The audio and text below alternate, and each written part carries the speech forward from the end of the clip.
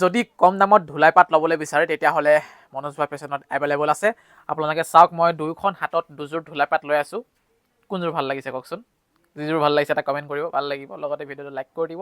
এযোৰ গ্ৰীণত আছে আৰু এযোৰ আছে পাৰ্পলত। অলপ খুলি দেখুৱাই দিওঁ নেকি, তেতিয়া অলপ ভাল পাব সকলোৱে। ধুলাই পাট, ধুলাই পাট, ধুলাই পাট, ধুলাই পাট। বৰ একেবাৰে ঠাণ্ডা কাপোৰযোৰ, বৰ নৰম কাপোৰযোৰ। এয়া চাওক, এখন চাদৰ হয়, দেখিছেনে? খুব সুন্দৰ কাপোৰযোৰ, এখন চাদৰ হ'ব। তাৰপাছতে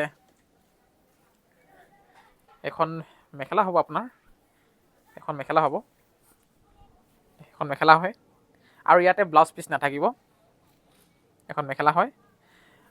তাৰপিছতে মই প্ৰাইচটো স্ক্ৰীণত লিখি থৈ দিছোঁ, হোৱাটছআপ কৰিব যিযোৰ আপোনালোকৰ ভাল লাগিছে। ৰ'ব, গ্ৰীণযোৰো ওপৰতে এনেই দেখুৱাই দিছোঁ, এইযোৰ গ্ৰীণ হয়, কিন্তু গ্ৰীণযোৰত আপোনাৰ মাজত মানে ফুলৰ ডিজাইনটো নাথাকিব ইয়াতে। খোলে নোখোৱা হৈছে যে এইযোৰ। এইযোৰ গ্ৰীণ হয়, এখন মেখেলা হ'ব। তাৰপিছতে এখন চাদৰ হয়, এখন চাদৰ হয়। এয়া চাওক,